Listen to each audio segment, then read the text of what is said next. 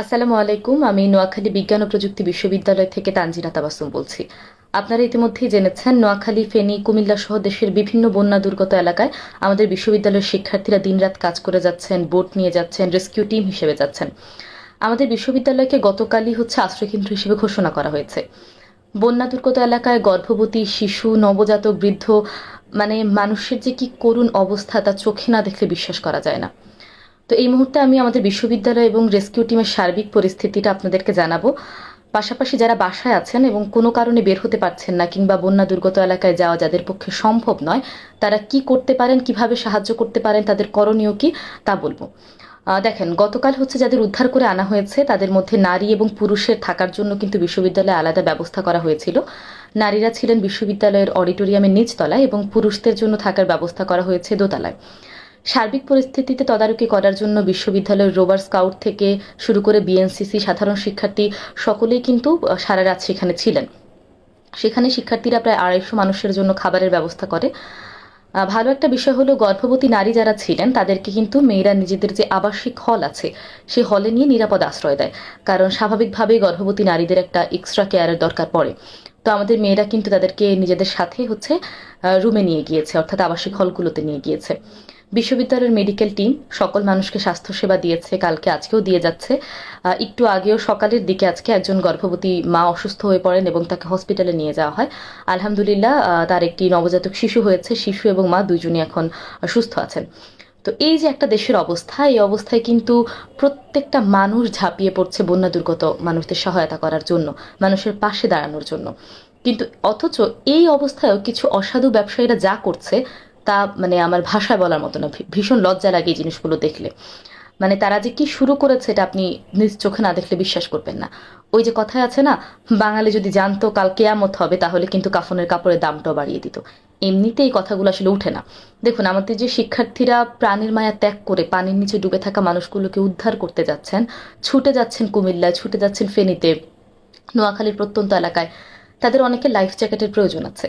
তাদের নিজেদের সেফটির জন্য যেমন প্রয়োজন, তেমনি মানুষকে উদ্ধারের জন্য প্রচুর পরিমাণে লাইফ জ্যাকেট প্রয়োজন।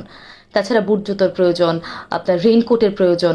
এখন এই জিনিসগুলো কিন্তু তাদের কিনতে হচ্ছে। কারো কাছে কিন্তু এগুলো আগে থেকে মজুদ নেই। বিশেষ করে নোয়াখালী, ফেনী এবং কুমিল্লার কিছু কিছু জায়গায় বন্যা হচ্ছে, যারা আগে কখনো বন্যা ওইসব এলাকায় হয়নি। আমরা জানি এই বন্যার কারণ কি। এইসব এলাকার মানুষজন কিন্তু বন্যার জন্য আগে থেকে প্রিপেয়ার্ড না, তারা প্রস্তুত না, তারা জানেন না কিভাবে কি করতে হয়। তাদের কাছে লাইফ জ্যাকেট নেই, বুট জুতো নেই, সেখানে নৌকা নেই। শিক্ষার্থীরা কিন্তু এগুলোর ব্যবস্থা করে সেখানে নিয়ে যাচ্ছে। গতকাল আমার ডিপার্টমেন্টের এক ছোট ভাইয়ের কাছে জানতে পারলাম, তার মেসেজে দেখলাম যে তাদের বুট জুতা প্রয়োজন ছিল।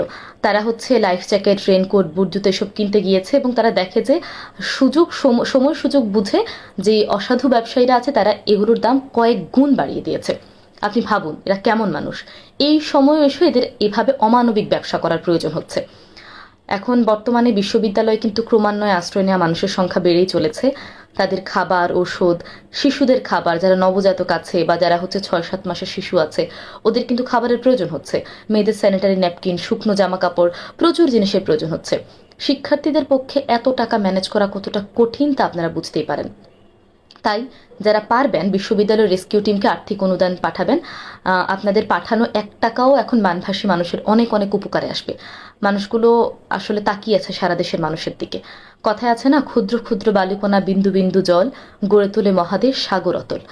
আমি আসলে রেস্কিউ টিমের নাম্বার আপনাদের কাছে দিয়ে দিচ্ছি, স্ক্রিনে থাকবে, পাশাপাশি আমি কমেন্ট বক্সও দিয়ে দিব।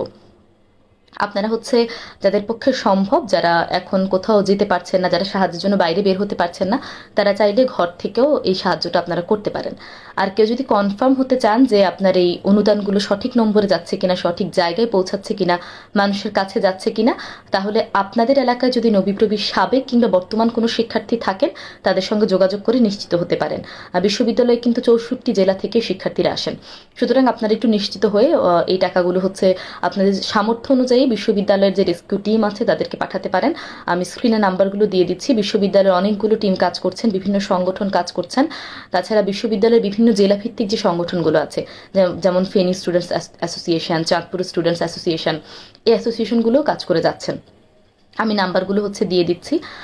আর যারা এখন নোয়াখালীতে আসবেন বলে ঠিক করেছেন, যারা ঠিক করেছেন রেস্কিউ অভিযানে আসবেন বা সশরীরে এসে সাহায্য করবেন, তারা বেশ কিছু জিনিস প্লিজ খেয়াল রাখবেন। প্রথমত, আপনারা লাইফ জ্যাকেট নিয়ে আসবেন। লাইফ জ্যাকেট ছাড়া কেউ আসবেন না। সম্ভব হলে বাড়তি লাইফ জ্যাকেট নিয়ে আসবেন, কারণ আগে নিজের সেফটি প্রয়োজন। আপনি নিজে সেফ থাকলে মানুষজনকে উদ্ধার করতে পারবেন। আর যারা সাঁতার জানেন না, তারা প্লিজ আবেগের বশবর্তী হয়ে কেউ এইসব এলাকায় আসবেন না। যারা সাঁতার জানেন না, আবারও বলছি, আবেগের বশবর্তী হয়ে এইসব এলাকায় কেউ আসবেন না। আমরা আসলে আমাদের বিপদের পরিমাণ আর বাড়াতে চাই না।